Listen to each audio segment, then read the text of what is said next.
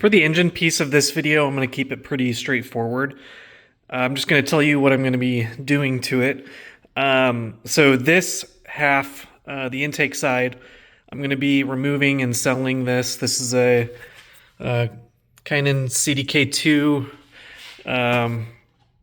38 millimeter, I think. I'm going to sell it and do dual carbs, and so that means I'm going to be putting a new wax racing manifold. I might be doing V-Force. I've really liked V-Forces so far, so I might get that as well if I can find some. Actually, I'm not sure if they make them for the 550, so we'll find out.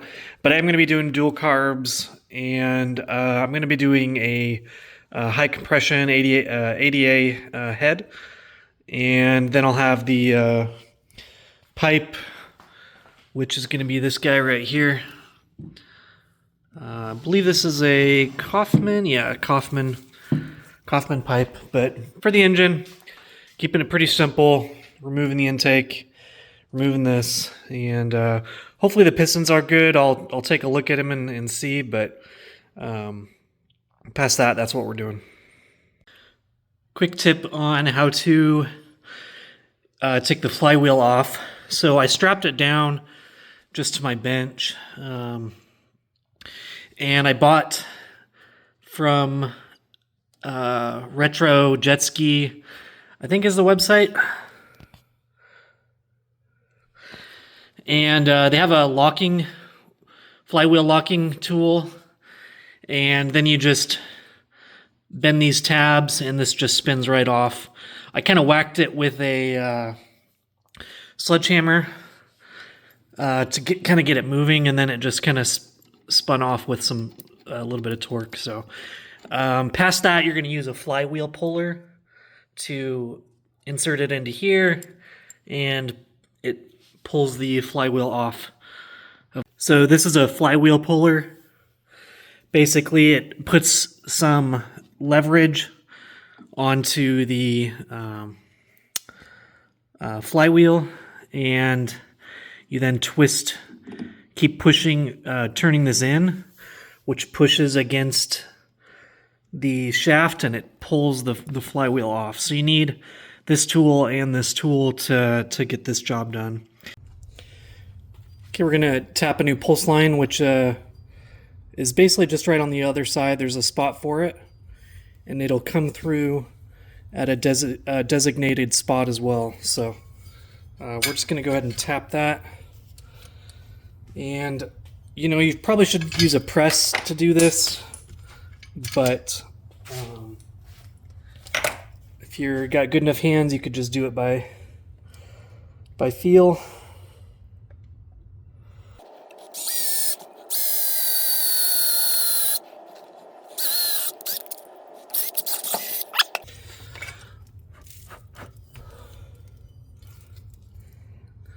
That is beautiful.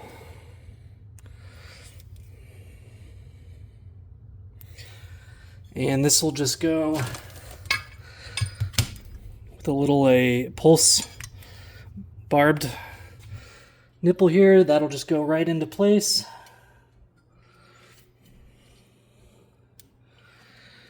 And I'm going to epoxy that in with some JB Weld.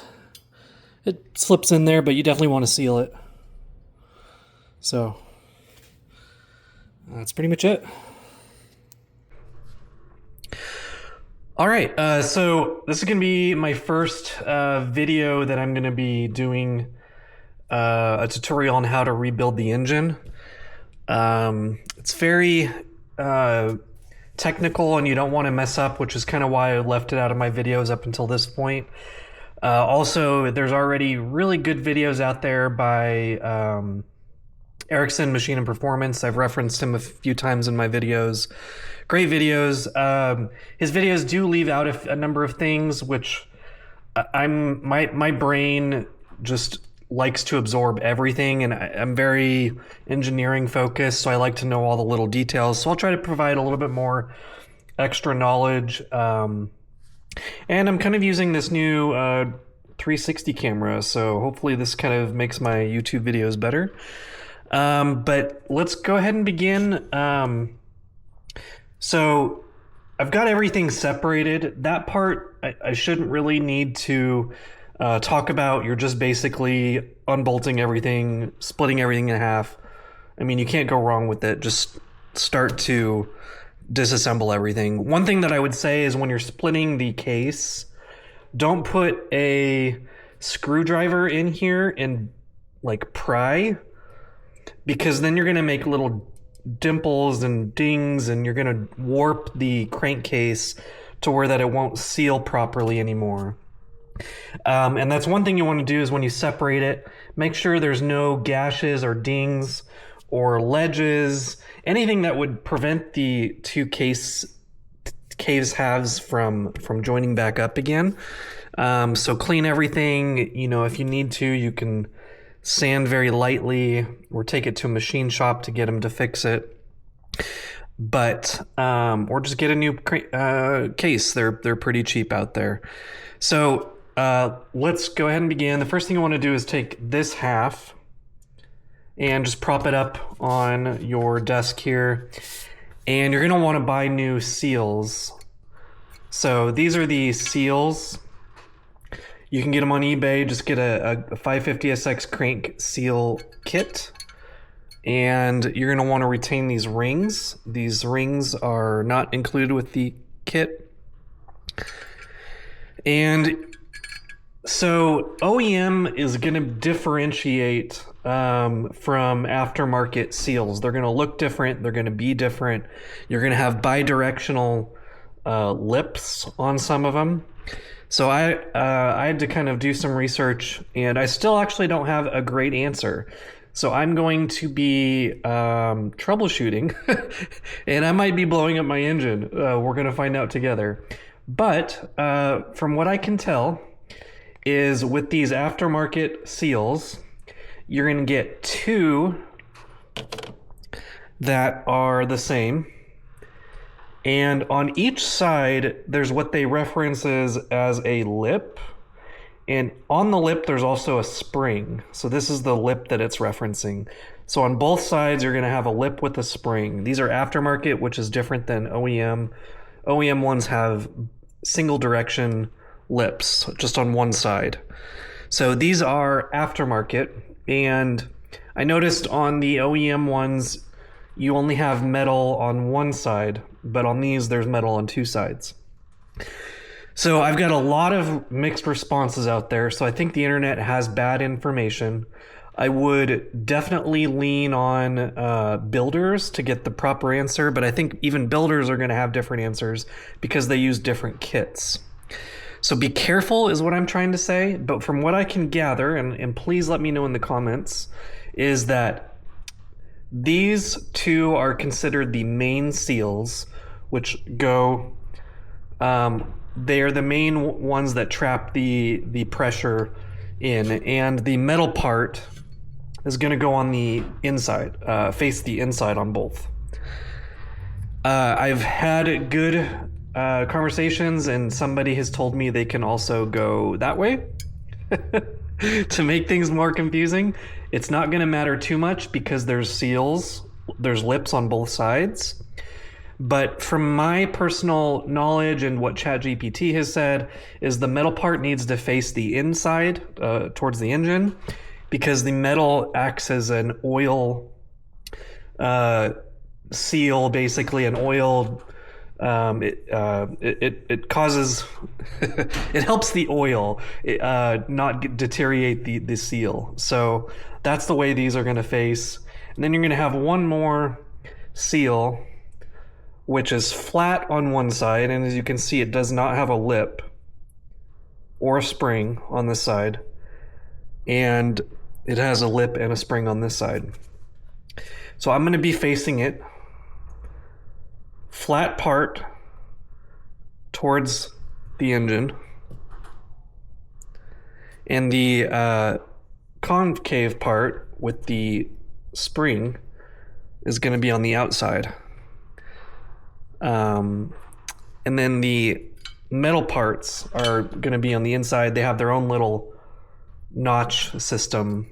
So then those are going to be on the inside. And that's pretty much how you are going to orient it. The reason why I was getting confused and why there was misknowledge is when you buy an OEM kit, they give you one that looks like this, and they tell you to put it here. So that's why I spent like hours trying to figure out why my kit is different. But I'm running with this, and we'll find out if we blow up the engine after a summer. I'll be sure and post it in the description of this video if it's fine. Please also make a comment and let us know if it's fine. All right, enough of that. Let's go ahead and start. So we got to take this crank, I should say, and we're going to unscrew this bottom part.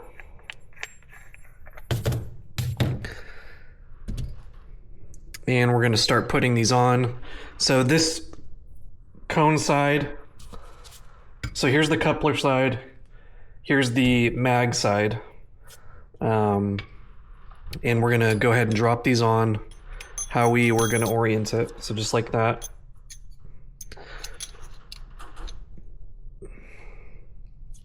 And before I do, you're going to want to grease the insides of it. I'm using assembly goo. You want to buy this stuff, it's awesome. And we're going to go ahead and coat the inside to keep it from tearing and burning up when you start the engine. This stuff's what this is meant for, is for seals. So we're just going to get that all nice and coated on the inside. And we're going to make sure it's dropped in the correct way, which it is. And we're going to do the other side.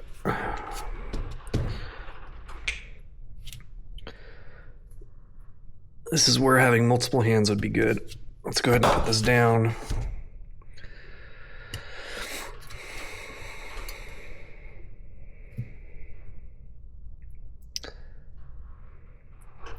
Yeah, that's one thing I've noticed with the jet skiing community in general is misinformation. So that's part of why I'm making these YouTube series, is to get proper information out there and help people. And remember to get the ring on. Ring on goes first. Metal side facing the engine. And we're gonna lightly coat the inside of this one as well. But I love the jet skiing community. It's like the best community I know in the world. Everybody's helpful. Everybody is having a great time. I just bought a Toyota Tacoma and joined the Facebook group there, and that group is toxic. So there's a lot of communities out there that are just, not good, but the jet skiing community has always been good. So just remember the flat side is going to be facing the engine. So, all right, so Yama Bond. Let's get rid of some of the old junk in there. Yama Bond is what seals this, and you want to do a really thin smear around everything.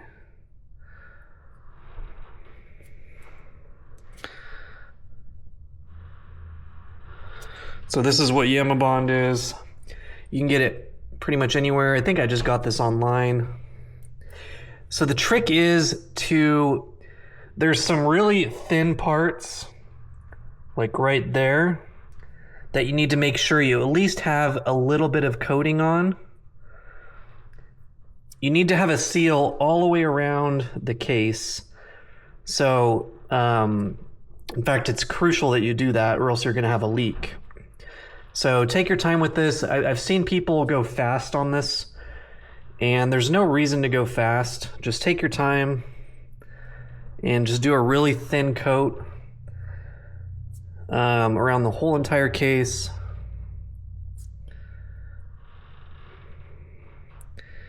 And good to go.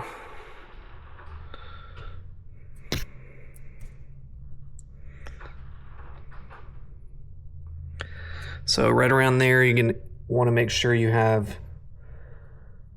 good Yama bond. As you can tell, I'm not an engine builder. I mean, I've built engines for all my skis. So I've done maybe like 5 or 6 of them now. But I don't do hundreds. But all of my skis run great. So anybody can do this. You don't have to send it to a builder. I think this is fun. I think it's just amount of difficulty that anybody can do it themselves with just a small amount of tools and a small amount of knowledge. But okay, so that looks pretty good. I'm going to put a little bit extra right around the crank seals, just a big glob right there, and big glob right there, big glob right there. All right, get a napkin.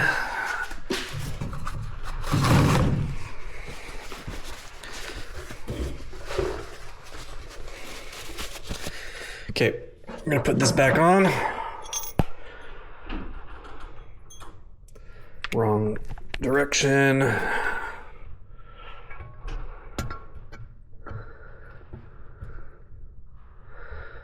looks pretty good. Oh, and make sure the middle is lined up.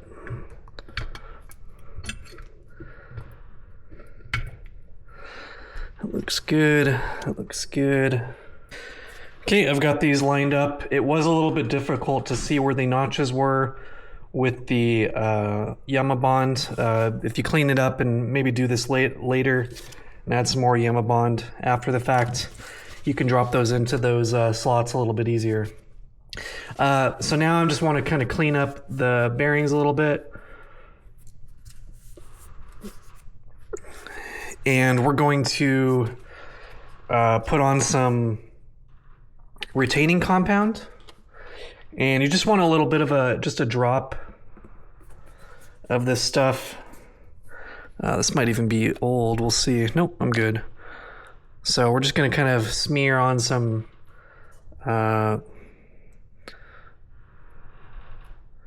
compound there,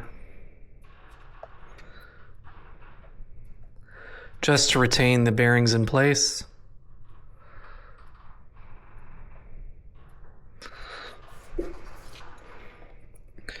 Once again, this is retaining compound. This is by Escanque, 620 strength. I'm gonna aim this down. All right, so everything's good. You want to make sure that these pins are on both halves. So I've got one on this half and one on this half. So we're gonna go ahead and plug this bad boy on, this half, and then we're going to bolt it down.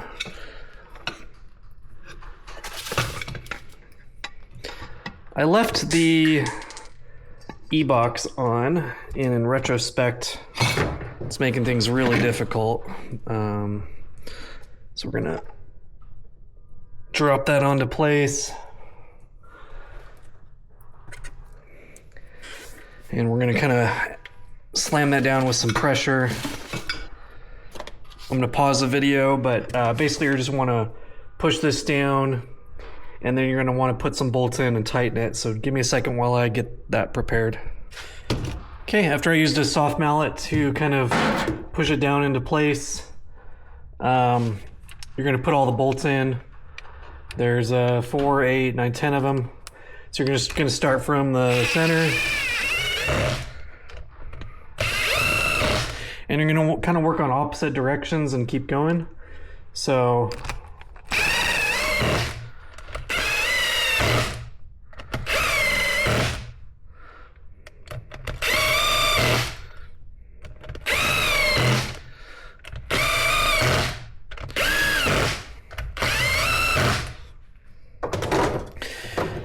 Then you're going to want to do 18 pounds torque on this. So just get a torque wrench, and you're going to do the same thing. Start from the middle.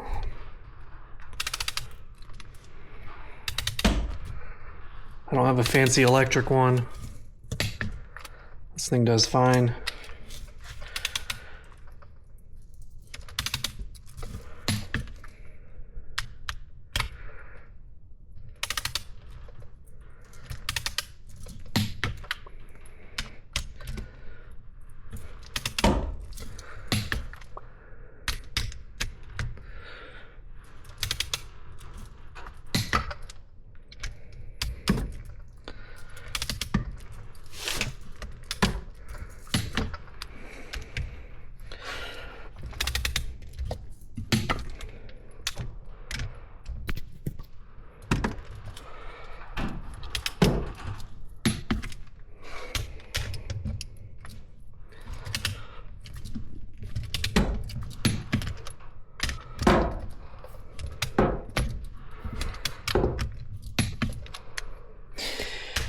Once you do all of them, you're just going to want to go back through and make sure all of them are clicking. It's important that none of them are loose.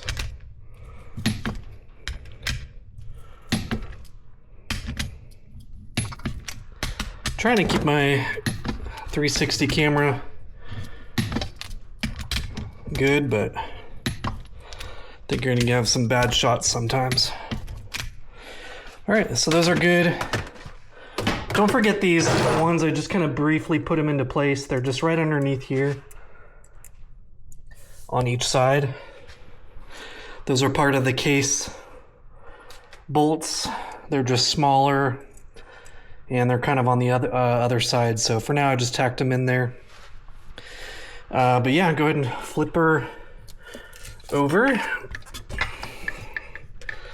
These 550 engines are really light. They're not nice and easy to work with.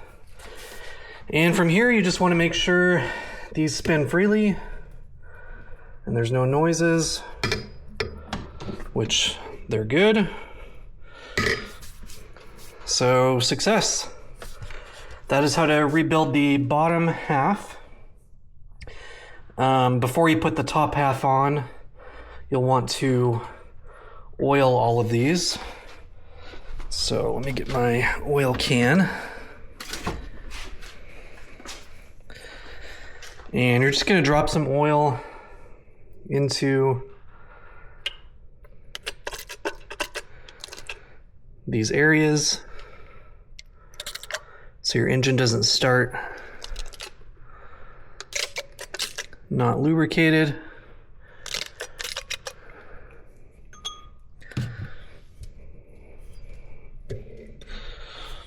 Spin that up so we can get the top side.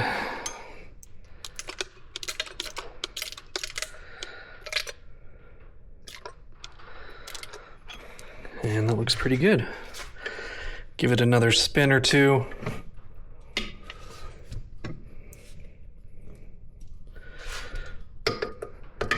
It's proving difficult. Not that they're locked up, but just because it's awkward. And yeah, that's the bottom half install. All right, I had to order some of these. I couldn't find the bearings. You should always replace these anyways. So yeah, let's go ahead and keep going. You want the arrow to be facing towards the exhaust, and you want piston number 1 on this side and piston number 2 on that side. So you're basically going to slip this down in here, and just also to make note, I showed this earlier on the video, this side is going to have a clip in it already, and drop that down in there, and that bearing's going to be in there.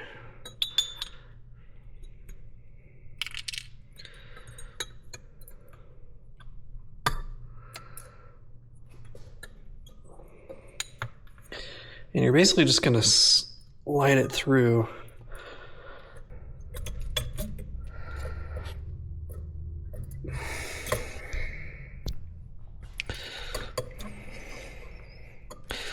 So you're going to push that in until it stops on the other side where you put that ring in. And then you're going to put the ring in on the other side.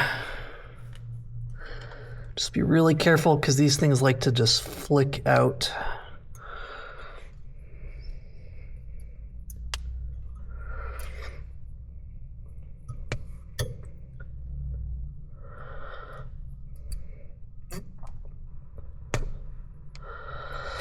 There we go. Clips in. And you're just going to repeat the process for the second one. You're going to have one clip already in place on the right side, and you're going to slip it through from the left. So I think I'm going to be done with the chest camera. It was just kind of getting in the way. So you've got both pistons mounted. Next you're going to do the base gasket. If you see, this side is going to look a little bit different than this side. There's some points on the ends right here, whereas this is kind of a smooth hill. So make sure that lines up, or you're going to have an improperly seated base gasket and probably have some leaks. And anyways, you want to be very careful with this.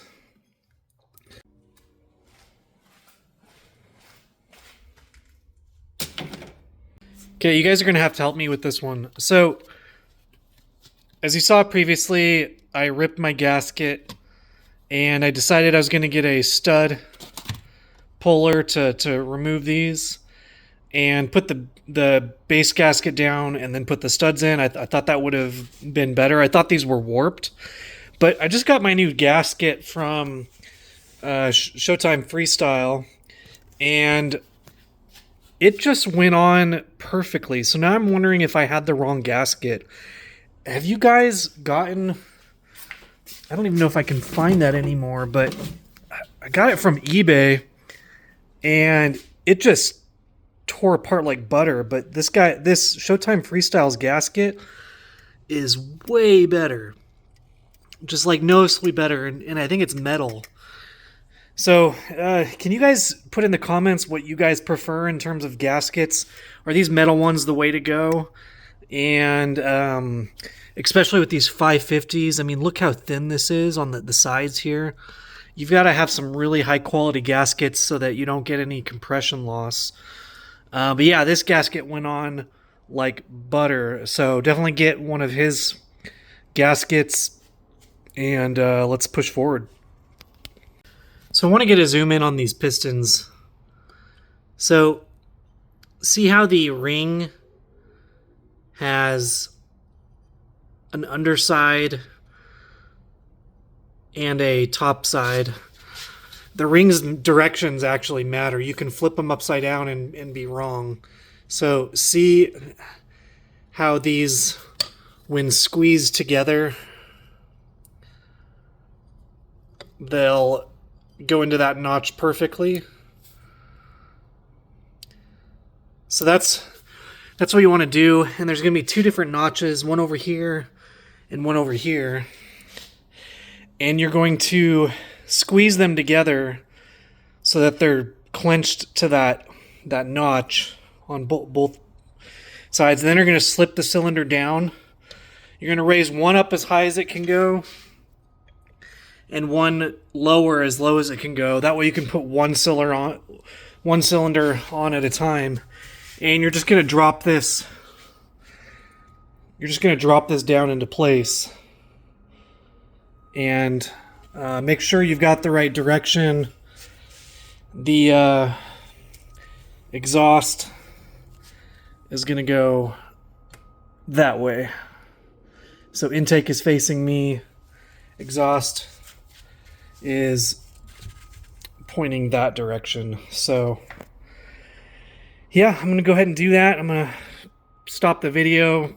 I don't think anybody should videotape this part because it's pretty frustrating. You've got to like squeeze these and you're going to be cursing a lot. I've done a triple by myself And man, that is just the pits. I'll tell you that two is pretty easy. I definitely recommend trying it yourself with two. It's just a matter of kind of placing it one, and when the cylinder's like this, it doesn't want to go. So you just have to have it perfectly flat, and then it just drops down into place. That's pretty much it. Let's go ahead and do it. All right, I'm going to go ahead and record it because why not? Let's see how good I am. Let's let the internet make fun of me a little bit. Exhaust goes this way. And I went ahead and cleaned the inside with some oil and cloth. Make sure the insides are just spotless. Clean it like 4 times. Just get it like I usually just put some oil on a rag and wipe it and call it a day. So, all right, let's go ahead and do this.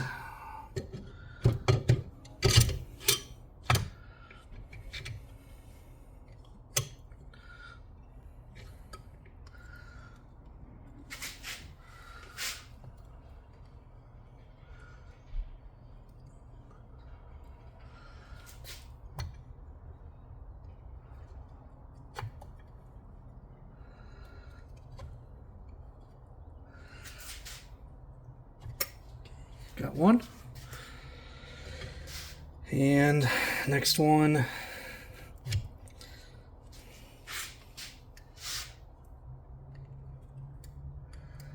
Yeah, this is way easier than a triple. The engine's light, so it doesn't want to just fall down.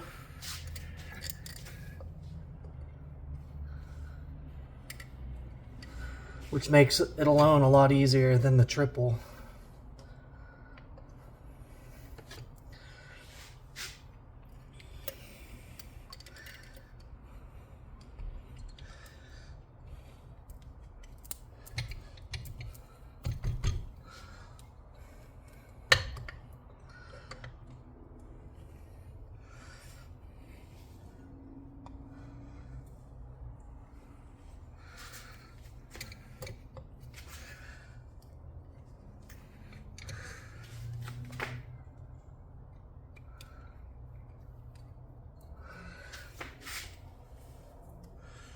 So far I'm doing pretty good. I think that did it. There we go. That's easy. I did that in 2 minutes and 25 seconds, so not bad.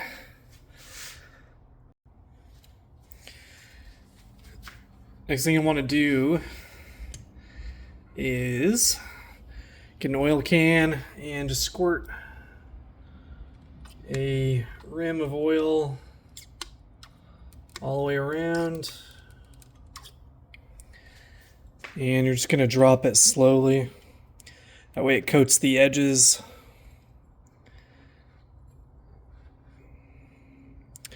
And you won't run dry the first time you start the engine. Go ahead and do this side as well.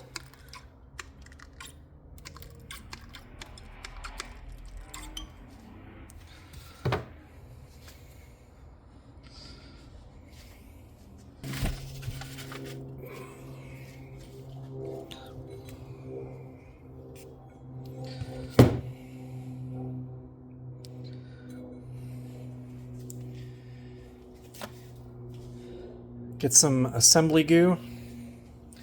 I'm using an ADA head meant for the 550. And you're just going to take some of the assembly goo and just coat the rings.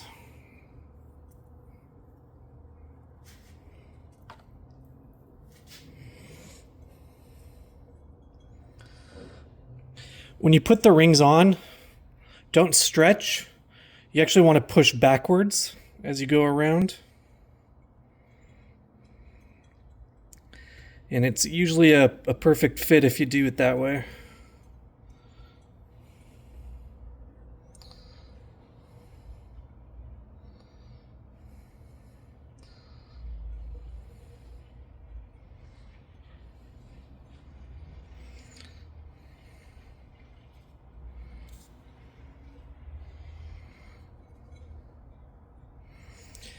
And that's perfect. You're gonna have two more of these rings for the center.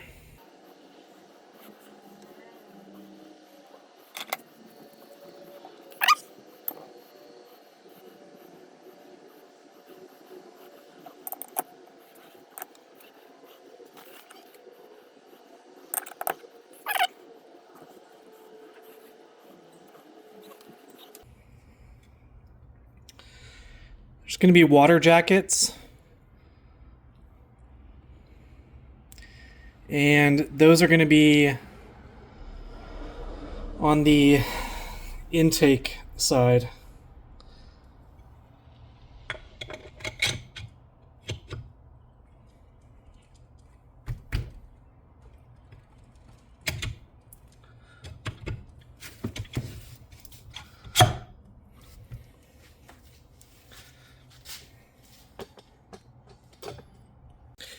Okay, we're going to go ahead and torque the head. I'm going to start out with 14 pounds of torque, and you're going to want to start from the center and work outward, doing cross sections. So you're going to start here, go here, go here, go here, go here, go here, go here, and so forth. So, and you want to start out at 14 pounds torque. And one thing you'll want to do is ride the ski for a bit and torque the head again to make sure it's still good. And to be honest, you should follow that policy for every single bolt on your jet ski. If you're building a brand new jet ski, after half a season, just tighten every bolt on your engine, on your handle pull. If you've got an RRP pull, then you've got plenty of bolts to tighten. I had a RRP pull pretty much fall apart because I didn't check it when I put it on. So if you ever buy an RRP pull, tighten every single screw. In fact, take it out and put some blue Loctite on it. And it's safe to put blue Loctite pretty much on everything. Blue Loctite isn't extremely hard to take apart, and it keeps all of your jet ski in working order. All right, so I'm going to do 18 pounds, and let's see if we can get a proper torque pattern. Middle.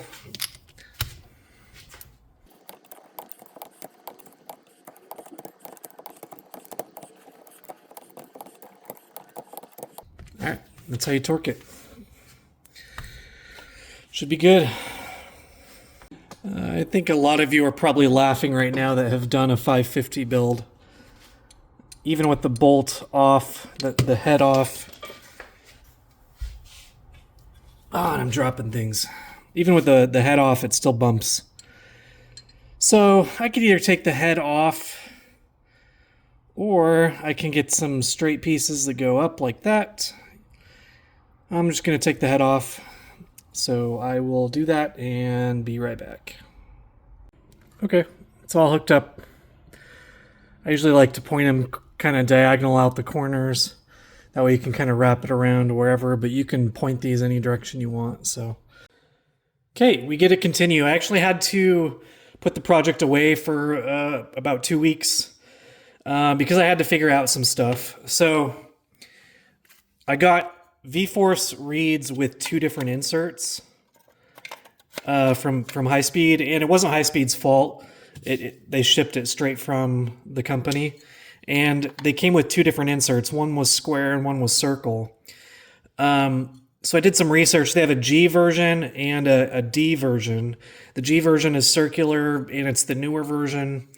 It's supposed to be better. So if you buy one of these, the weird part is it doesn't match up fully. It's actually offset by a substantial amount on the right side, which is weird. So if you want to use these, you have to port match it about that much. You can kind of see the marker that I used. You just have to barely make a moon-shaped grind out on this insert. Another thing is this insert was really hard to get out on the G version. In fact, I just kind of put it in there and it's kind of stuck again. The side, there's a middle part, and this part doesn't come out. So I was trying to pull on this, but it's actually just this middle insert that comes out. So you can take it out, and you actually don't want the fitting on this. According to Wax Racing and some people on the forum, this application, you want it to be open. You don't want anything funneling it. They've done some tests, and it's better to just leave it open. Like I said, I did a stage 2 port job, and this is kind of what you get with a stage 2. They do make a stage 3, which does a little bit more, and it requires AV gas. So I didn't want to swap to AV gas. I wanted to keep it pump gas. And with AV gas, you need more compression and everything. So I just want it to be as fast as I can with normal pump gas. But that's kind of what it looks like. All of this is ported. All of in here is ported. This is ported. Pretty much everything. And I did mine at C57 Racing. It was about $600 for the pistons and everything. But yeah, so we're going to go ahead and continue. These are the VF3 Reeds, like I'm mentioning. And I figured it would be best to kind of have the same amount of flow from the large carbs. I'm going to be doing 38 carbs, and I want it to be kind of the same large air intake all the way through. I know there's some science behind it. Right now I'm just kind of playing around, you know. So yeah, we're gonna do this. So there is 2 gaskets that comes with these V-forces, and you're just gonna pop that in here. One thing that I had to buy, which is part of the 2 weeks that I was waiting for, you've got to buy additional studs, and I bought 35 millimeters in length, and that actually ended up being perfect, because you want additional room for these as they kind of act as a spacer. So, yep, let's go ahead and pop those on. Gaskets here.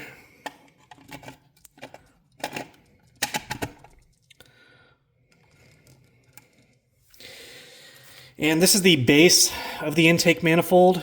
Wax Racing puts these in 2 different halves. So you can buy the complete kit, which comes with these, both parts. And we're just going to drop that in there. And make sure it's all firmly in place. And those 35 millimeter studs just gives you enough to grab a hold. So I'm going to stop the video and tighten all these bolts up. And this part's pretty easy. You're going to have these type of screws. And there's going to be one here, and one here. And you don't need a gasket for this part because you're going to have an O-ring. And that goes on there. You will have a gasket for this top part. So make sure you have that gasket. Yeah, let's get her. Okay, get everything bolted down all the way around the edges, and these 3 screws in the middle. Nice thing about this is you can just unbolt these 3 screws and your whole carb rack comes right off. That makes tuning carbs or putting maintenance on carbs a lot easier. So yeah, got that done. I'm going to leave the carbs off because they sit up pretty high with the filter, and they're pretty easy to put on once you get the engine hooked into place in the hole. So we're just going to leave those off for now. Next is the flywheel area. You're going to want to set the timing advance or the timing slots right here. I'm going to just quickly research that so I can tell you exactly what you need to be doing here before you put the cover and the flywheel on. Okay, guys, we're going to do some testing. So I read a lot of posts and videos that are out there, which wasn't many, and I got some opinions of just a few people. And I even kind of inquired about this with ChatGPT. So 3 to 4 degrees advance is considered safe. I know that to be the case with superjets as well. They consider a 3-degree timing advance relatively safe. My 1100 jet ski that I rebuilt had around an 11-degree timing advance, and that's considered normal. So for the 550, I'm going to kind of go with safe. A lot of people do a full advance, which is rotating it counterclockwise till it bottoms out down here. And apparently that's running fine for some people. So what I'm going to do, so a 3-degree advance is roughly around there. Just kind of like right in the middle of this stock line to that circle up there. I'm going to just push it a little bit further to where it's now lined up with that bottom of that circle. See how that kind of lines up there? So that's what I'm going to do, and we're going to do some testing to see if that works. Keep in mind this is a pretty heavily modified ski. It's a stage 2 port job with, you know, large carbs, and it's got the modified exhaust and everything. So it's going to be pretty powerful. And I'm going to show you if it runs really well. So unfortunately, I'll be the guinea pig, and you guys get to see the results. But that marker is where I'm going to start out, and we'll go from there. So we're going to be doing some extra testing because I did get a JetDynamics Light and Flywheel, and I'm reading the PDF, and it says that the timing is fixed on JetDynamics brand flywheels to the original factory flywheel specifications. So I don't know if that means if you should use the stock specifications or if it's okay to do a timing advanced. So I did ChatGPT it, and ChatGPT says it encourages to do a timing advance of 4 degrees, which is what I did. And because this naturally retards it. So I'm going to keep my original thing, and we're going to do some testing. And these are pretty easy to install. You're just going to want to line the Woodruff key, which is right here, with the slot on the flywheel. And that is going to kind of suction cup down into place because it's a magnet. So you want to drop it perfectly onto that Woodruff key. And from there, you're just going to tighten this down.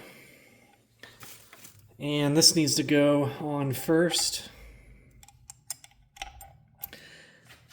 Actually, with this new Light and Flywheel, I don't even think you need that key. I think this just goes on. Okay, so I just took the nut off because I didn't think this was gonna fit, this washer, but there is a little groove in here. So make sure you use that existing OEM washer. And the way it works is you screw this on. I'll just do it real fast. And that needs to stay in the hole. And once you get it tight,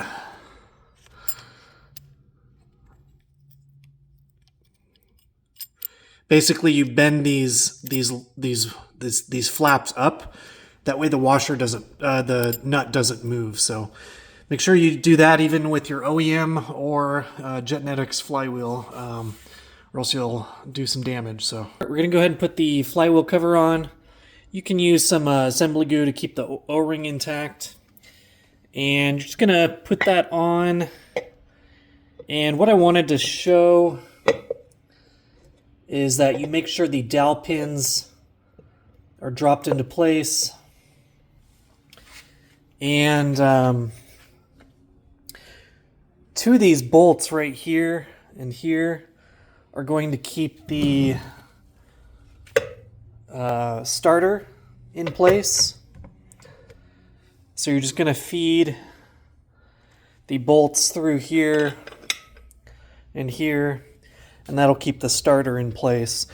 The 550 is kind of unique is because the starter just goes right onto the flywheel when it spins, whereas like the 701s have a Bendix that this engages with. So just kind of one difference between the 550 and other engines is it's kind of just built into one thing there. Yeah, I'll go ahead and get all these bolts put in, and that will hook up the starter as well. There's one more bolt over here for the starter as well. Okay, we're going to install the exhaust manifold. What I like to do, if I can show you, one of the screws fell off. Hold on. What I like to do is put the gasket on first. That way you won't mess it up when you try and put it on. And you won't damage the gasket. And you can line it up pretty easily. Just goes on just like that.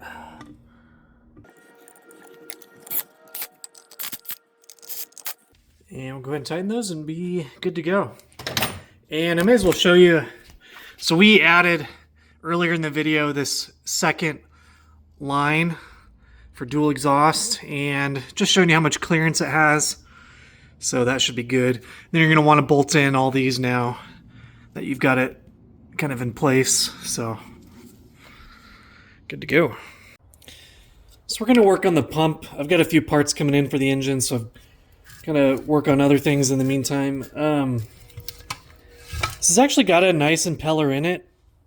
It's a little dinged up, so I'm going to kind of take it out and compare it. I do have another 15.5 Solas impeller, which I heard is pretty good for this setup. So I do need to replace it either way, but I'm going to inspect that one. So to do that, you want to take this part off here. And I got a nice Per Watercraft nozzle too. So this is going to go to the garbage.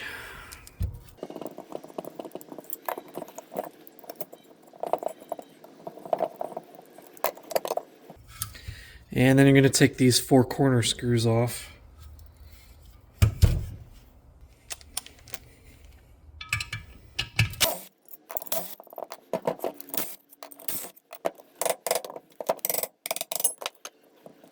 And you're going to take the cone off.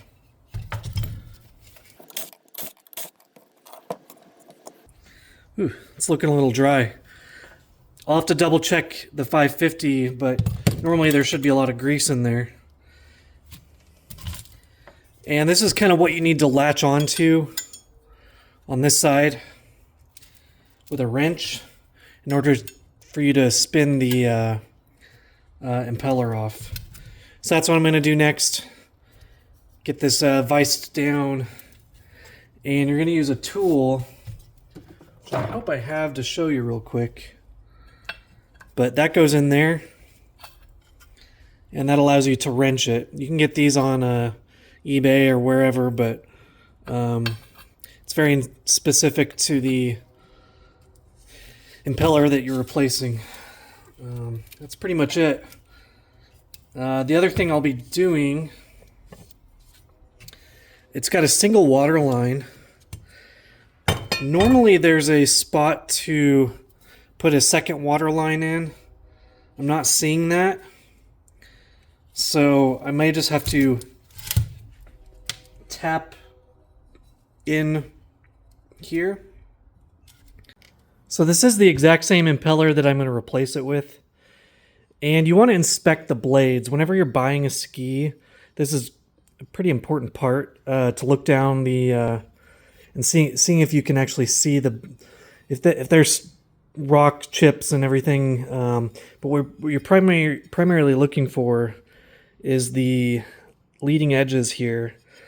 And if rocks get in there, it kind of creates warped and cuts, and basically when this is spinning ridiculously fast, just having a little bit of bump or unevenness will cause turbulence and create air ripples and create cavitation.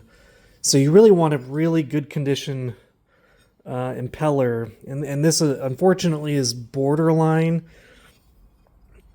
One thing you can do is get a metal file, and you can kind of file it down. There's a specific way on how to repair an impeller, so I would do the research and do it very specifically on where and how to, at what angle to repair these at. Other than that, I would take it into like Impeller Pros and have them repair it and change the pitch and whatnot. So this one I am probably going to toss, but I'll see if anybody on the market wants it. So that's what you want to look for. So secondly, on this piece here, you want to look for that. This is where water and rocks chip away. This one actually is in really good condition except for that area. All the other blades are pretty good. I'm going to take a file and kind of even out this area. This is pretty rough, so I'm going to do that to all of them with a file and get it real sharp. But that part I'm going to have to epoxy. I use JB Weld and build it up. So far JB Weld's been working on all the ones that I've repaired. You definitely want to clean the area up, acetone, get it real nice and rough so that the JB Weld will stick, and then you want to spend your time filing it so that it's even with the rest of the veins there. So but yeah, I will be repairing this and I'll show you when I'm done. Finished repairing it. I'll kind of show you the repair areas. Let me just keep spinning it till I find one that I repaired. So I repaired that corner, and it's pretty smooth now. And I think that was actually the problem area. Not the best right here. I could probably add a bit more and smooth that up. But overall pretty good. I think that's about good. So I'm gonna paint this now, and I think I am gonna do dual cooling. I've been going back and forth with it. I'm just gonna go ahead and tap it in the same area on the other side and call it good. So I'm gonna show you what to do in order to tap the pump. So as you can see, this is a new addition to the pump. Here's the stock one. And just on the opposite side, you want to tap a new spot right before the vein. And how you're going to do that is with two things. You're going to get a Type R drill bit. And you're going to get a tap. This is a 1/8 tack 27 NPT drill bit. And basically you just drill it. It drills like butter. You'll quickly go through it without any amount of effort at all. And then you're just going to thread it with this, and it's going to create thread lines. Once it's threaded, you simply just add a 3/8 barb, 1/8 NPT, and that just screws right in. You can give it some support. What I usually do is kind of make it permanent. I coat it with some JB Weld on the threads, and then I screw it in to the point where I want it. And then I put JB Weld on the outside and just kind of bulk it up like it is on this side, except just with JB Weld. That's up to you. You know, I don't know why I do it. I just think it's less prone from leaking air because it is pretty thin and it'll probably get loose over time. So that's why I just kind of make it permanent, but that's up to you guys. So I think I'm done with the pump. So I don't know if I told this yet, but this is a Pro Watercraft nozzle. Really easy addition. You just screw it on and you're good to go. And then like everything, make sure the wear rings are still good, or you need to replace this part. And the pump is good. I'm going to paint it and put it back together. On the cone, you want to put in about 50% full of marine grease. So just kind of pack that. That way the bearings get lubricated. And this is just part of regular maintenance of a pump cone. If you've got milky grease, just scrape it all out and pack it full. This pump actually had no grease at all. It was completely dry. So definitely do not want that. Got the pump all cleaned up and painted and tapped. Well, that looks pretty good. This is the Pro Watercraft nozzle, turn nozzle. I went with the satin black. Seemed to match it best. Ready to be put on. So since I decided I'm doing dual cooling, I'm just going to do what kind of makes most sense and tap right in the middle there. That way it still has clearance to screw in, and that'll allow you to have water fill this area pretty quickly. Alternatively, you could put it over here somewhere, but it kind of you have to get a straight piece instead of a right angle. This is all I have, and I think this area makes the most sense to me. That's what we're going to do. If you have any opinions on this, let me know in the comments, but that's just what we're going to do. And to do that, I'm going to just do the same drill bit that I used for the other thing that I did, for the pump. And I'm going to use a Type R drill bit and a 1/8 NPT, 1/8 TAC 27 NPT tap. So we're going to do the pump area. This is kind of what it'll look like when it's all together.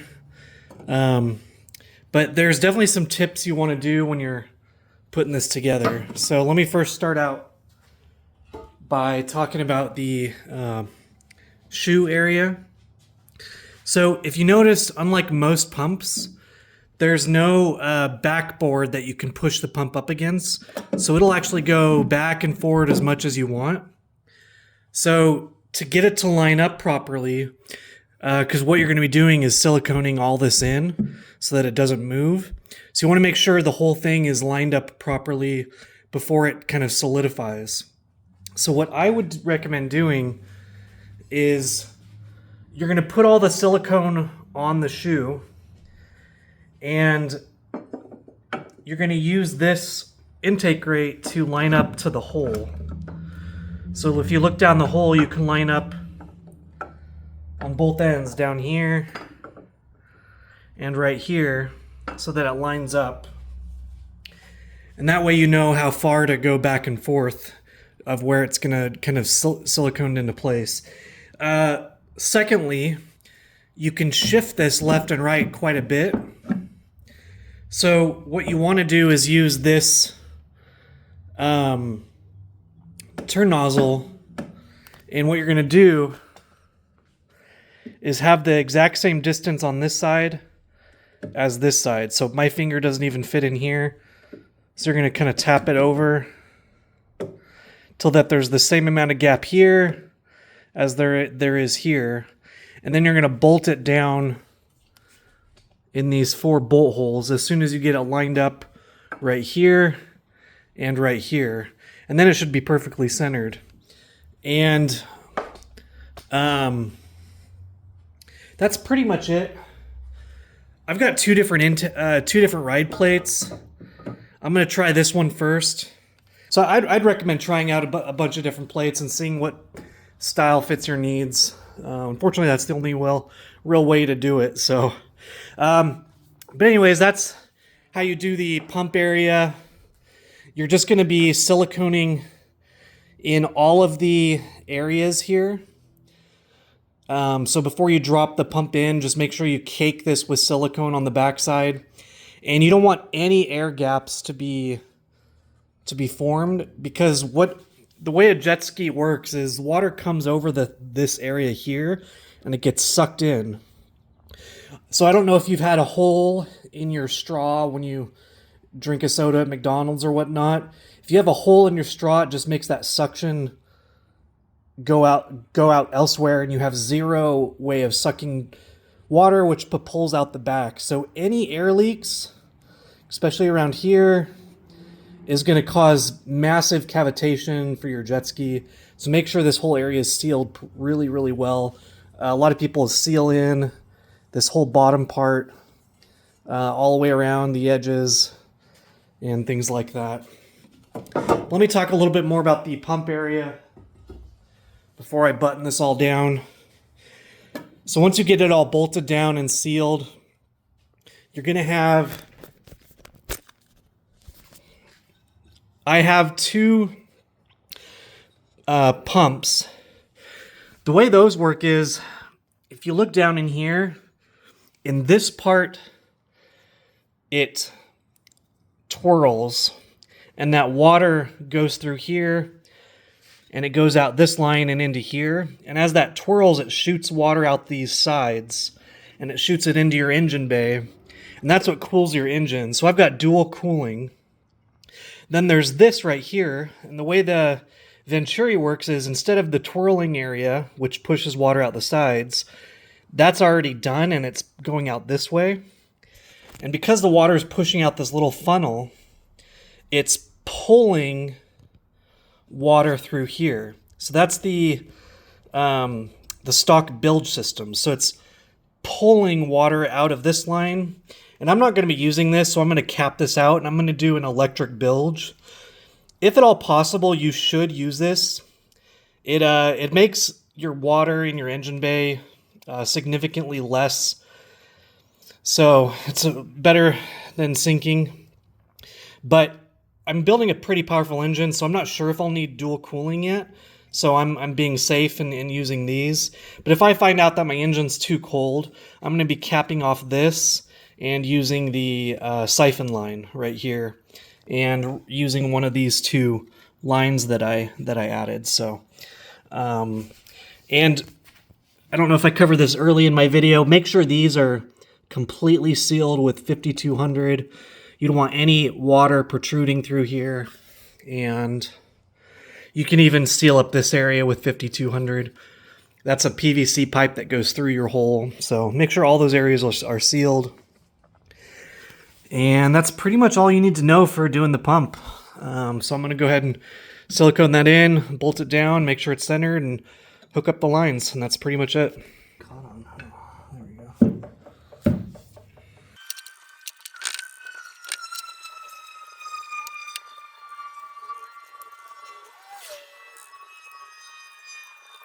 Okay, I've got this all done.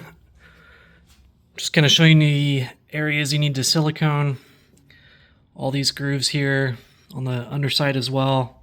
You don't need to silicone this area, but Yeah, looks pretty good. As far as routing goes, just routed this one underneath here.